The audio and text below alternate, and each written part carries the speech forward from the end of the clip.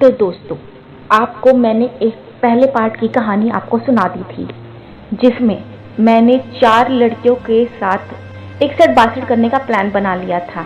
हुआ दरअसल कुछ ऐसा था कि मेरे बर्थडे पर मेरी गर्लफ्रेंड स्वीटी ने मेरे साथ 61-62 करने का वादा किया था और साथ में 3 लड़कियां और उसके साथ आने वाली थी, जिसके साथ मुझे 61-62 करना था।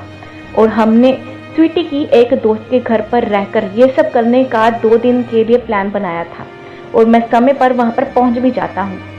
तो आओ कहानी को आगे बढ़ाते हैं। कहानी शुरू करने से पहले यदि आपने पहला पार्ट नहीं सुना है तो उसका लिंक डिस्क्रिप्शन बॉक्स में दे दिया जाएगा, या आप चैनल पर जाकर भी पहले पार्ट की कहानी को सुन सकते हैं। तो आइए कहानी को आगे बढ़ाते हैं। मैं और स्वीटी एक कमरे में लगातार वो सब कर रहे थे। स्वीटी बार बार चिल्ला रही थी और कह रही थी कि बस करो, किंतु मेरा मन नहीं भर रहा था और मैं उससे कह रहा था कि रुक जाओ, अभी मेरी बारी है, अभी मैंने 61-62 और करना है। स्वीटी मेरे ऊपर चिल्लाती रही, किंतु मैंने उसकी एक नहीं सुनी। स्वीटी और मैं लगातार ये सब कर रहे थे और हमारी आवाज़ें कमरे के बाहर तक जा रही थी। मैंने उसे जकड़ रखा था और वह नाखूनों को मेरे अंदर धंसा रही थी, किंतु मेरा ध्यान उस वक्त उस तरफ नहीं गया था, किंतु मेरा मन तो कहीं और ही था। इसलिए मैंने इन बातों पर ज़्यादा ध्यान नहीं दिया, तो मैं उसके साथ लगा रहा और स्वीटी पर मैंने ज़रा भी तरस नहीं खाया था। स्वीटी और मैंने जब थोड़ा आराम करने के बारे में सोचा, उसके बाद हम एक साथ ही नहाने के लिए चले जाते हैं।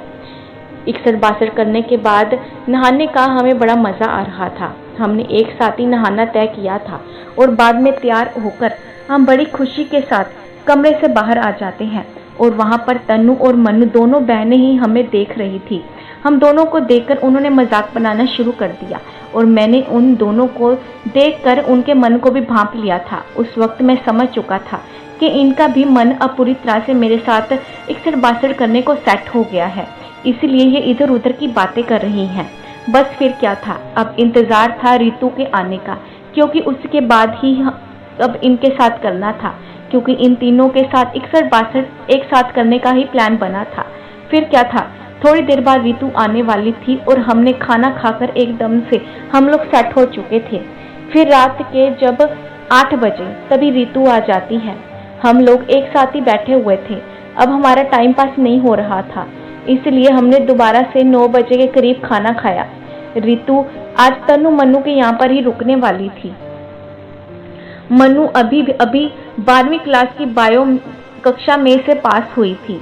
उसकी उम्र हम सब में से छोटी थी और अभी तक उसने ये सब कभी नहीं किया था। रितु और तनु ने पहले एक बार ये सब किया हुआ था। यह सब स्वीटी ने मुझे पहले ही बता दिया था। स्वीटी की तरह मन्नू भी एक इंद्र की अप्सरा जैसी लगती थी। वो भी मॉडलिंग करती थी और वह बहुत मस्त दिखाई देती थी और वह खूबसूरत थी। मेरा मन उस पर अटका हुआ था। हम सब ने सोचा कि हम थोड़ी देर टीवी देख लेते हैं और गपशप लड़ा लेते हैं, इतने में हमारा मन भी बदल जाएगा। मैंने भी हामी भर दी। फिर क्या था, हम चारों ही एक बेड पर बैठ जाते हैं। स्वीटी मेरे बगल में बैठी थी और हम एक अच्छी सी मूवी लगा लेते हैं। मेरा मन मूवी में नहीं लग रहा था तो मैं सिरहाना लेकर आराम से लेट जाता हूँ। स्वीटी मेरे बगल में ही लेट जाती है। बाकी तीनों लड़कियां भी वहीं पर बैठी हुई होती हैं और टीवी देख रही होती हैं। स्वीटी का मन मुझ में था क्योंकि वह उन सब बातों को सोच रही थी। तब हम सब ने सोचा कि हम वैसी वाली मूवी लगा लेते हैं, इससे हमारा मन बहलना शुरू हो जाएगा। फिर क्या था, स्वीटी पूरे मूड में आ जाती है और जोश से भर जाती है और वो मेरी चादर में घुसकर अपना काम शुरू कर देती है। ये सब देखकर तन्नू मन्नू और रितु हम दोनों को देखने लग जाते हैं। स्वीटी की चादर को एकदम से हटा दिया जाता है, जिसकी वजह से स्वीटी क्या कर रही होती है अब वो तीनों लड़कियां देख पा रही थी। मुझे शर्म आ जाती है। मैंने सोचा अब शर्माने का क्या ही फायदा, मैं भी तो यही सभी करने आया था। कुछ ही पल बाद स्वीटी अपना काम पूरे जोश के साथ कर रही होती है और बाकी लड़कियां उस वक्त दंग रह जाती हैं। रितु तो बहुत ज़्यादा दंग रह जाती है। इससे पहले तो उसने ये सब नज़ारा अच्छी तरह से देखा ही नहीं था, तभी स्वीटी ने उन सब को ये सब करने का मौका दे दिया। फिर क्या था, वो सब लड़कियां खिल जाती हैं। तन्नू और रितु अपना काम में लग जाती हैं। मन्नू एक सोफे पर बैठ जाती है। वो मानो वो अपने ही 7वें आसमान पर हो, वो अपने साथ ही मज़े लेने लग जाती है। कभी वो मेरे पास आती है तो कभी सोफे पर बैठ जाती है, किंतु तनु और रितु लगातार ये सब कर रही होती हैं। तभी मैंने मनु से कहा, तुम एक काम करो, मेरा एक बैग उठाकर लेकर आओ जो मैं यहाँ पर कपड़ों वाला रैन लेकर आया हूँ। उसमें से वो एक गोली मुझे निकाल कर देती है, जिसकी वजह से मेरी ताकत और बढ़ जाएगी। और मैंने तभी 2 गोली खाकर अपना असर बढ़ाना शुरू कर दिया। कुछ ही देर में गोली अपना असर दिखाना शुरू कर देती है।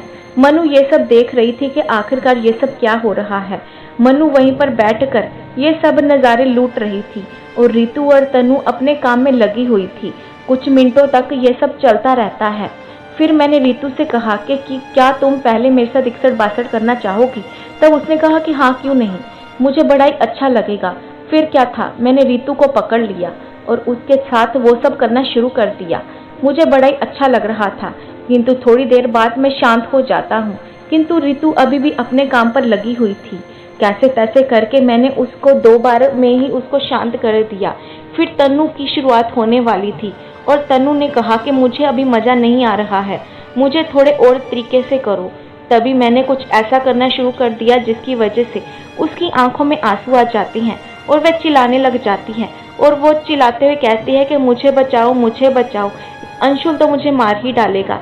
मैंने उस पर ध्यान नहीं दिया और ज़ोरदार अपने काम करता रहा। तब मैं उसको इधर और उधर पटकता रहता हूँ। इतने में ही तनु फिर से चार्ज हो जाती है और वह कहती है कि मुझे भी ये सब दोबारा से करना है। किंतु उस वक्त मैं थक चुका था, किंतु मेरे पास कोई ऑप्शन नहीं था। तभी उसने कहा कि मुझे ये सब करना है और मैं उसके साथ 2 बार ये सब करता हूँ। मनु का अभी तक कोई बॉयफ्रेंड नहीं था और वह फ्रेश थी। तभी मैं अपना मन बनाकर उसके पास चला जाता हूँ और उससे पूछता हूँ, क्या मनु जी तुम्हारा कोई बॉयफ्रेंड है या कभी पहले रहा हो? तो उसने मुझे देखते हुए पूरे शरीर को घूरा और फिर कहा कि नहीं। तभी मैंने उसको तुरंत ही पकड़ लिया, क्योंकि मैं उसके मुंह से ये सब सुनना चाहता हूँ। अब मैं जानता था कि मुझे ये सब उसके साथ करना है, तो मैंने उसके साथ बिल्कुल भी रहम से पेशी नहीं की और उसको अपने साथ ही बिठा लिया और उसके साथ वो सब करना शुरू कर दिया। उस वक्त मनु बहुत ज़्यादा घबराई हुई थी, इसलिए मैंने तनु और रितु को उसको पकड़ने को कह दिया ताकि वो उसकी मदद कर दे। फिर क्या था, मैंने अपना काम शुरू कर दिया और मनु चिल्लाती रहती है, किंतु मैं उसकी एक भी बात नहीं सुनता हूँ, जिसकी वजह से मनु को गुस्सा आ जाता है और वह कहती है कि तुम्हें मुझ पर तरस खाना चाहिए और वो गुस्से में मुझे एक थप्पड़ भी मार देती है। तब मैं उसे कहता हूँ कि तुम चिंता मत करो, पहले पहले तुम्हें ज़्यादा थोड़ा हो सकता है, किंतु बाद में तुम बिल्कुल अच्छा महसूस करोगी। लगभग 5 मिनट के बाद मैंने उसे पूरी तरह से दुरुस्त कर दिया था, किंतु अचानक से वे थोड़ी देर में बेहाल हो जाती है, जिसकी वजह से मैं डर हो जाता हूँ। तभी रितु पानी का एक गिलास लेकर आती है और उसके मुंह पर डालती है और उसे होश आ जाता है। फिर मैं उसे समझा देता हूँ कि ये तो आम बात है, तुम चिंता मत करो। थोड़ी देर बाद मनु जोश में आ जाती है और साथ साथ में रितु और स्वीटी भी जोश में आ जाती हैं और मुझे बारी बारी से सबको एक बार में शांत करना था, इसलिए मैं सबको एक एक मौका देता हूँ। उस रात लगभग 20 बार मैंने उस रात मैंने 20 बार सभी लड़कियों के साथ ये सब किया था। कैसे तैसे करके मैं सबको शांत करता हूँ और हम सब सो जाती हैं, किंतु ये प्रोग्राम यहाँ पर ख़त्म नहीं होने वाला था।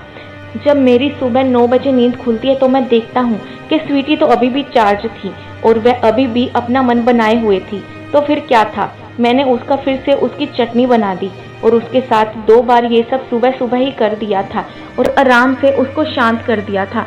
स्वीटी खुश हो गई थी और बाद में बाकी लड़कियों साथ भी मुझे ये सब करना था, किंतु मुझ थका हुआ था और मुझे नींद भी आई थी और मैं दोपहर को 3 बजे ये सब उठा था, जिसकी वजह से मेरी हालत उस वक्त बहुत ज़्यादा ख़राब तो थी ही और मैं थक चुका था।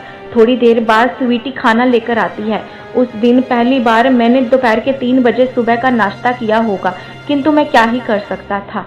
फिर से मेरे पास एक रात आने वाली थी जब मुझे ये सब करना था और सभी लड़कियों को मैं फिर से खुश करता हूँ और सभी लड़कियाँ मेरे साथ खुश हो जाती हैं। उसके अगले दिन मैं घर वापस आ जाता हूँ, किंतु कई बार ऐसा करने की वजह से अब मेरी हालत ख़राब हो चुकी थी। वो दिन मुझे कभी भी नहीं भूलता है। चारों लड़कियों के साथ वो करने का मौका मुझे कभी भी दोबारा नहीं मिला, इसलिए वो रात मुझे कभी भी नहीं भूलती है। वो दिन मेरी ज़िंदगी के सबसे खूबसूरत पलों में से एक था, जिसमें मैंने चारों लड़कियों को एक साथ खुश किया था और वो लड़कियां मेरे ही घर के पास रहने वाली थी और मेरी ही कॉलोनी की थी। अक्सर जब मैं उन्हें मिला करता था तो हम वो बातें किया करते थे कि कैसे हमने वो सब किया था, किंतु वो मौका हमें एक साथ दोबारा कभी नहीं मिला और वो याद मुझे आज भी याद है। तो दोस्तों, ये थी एक कहानी जो मैंने आपको सुनाई। तो मिलते हैं नई वीडियो के साथ।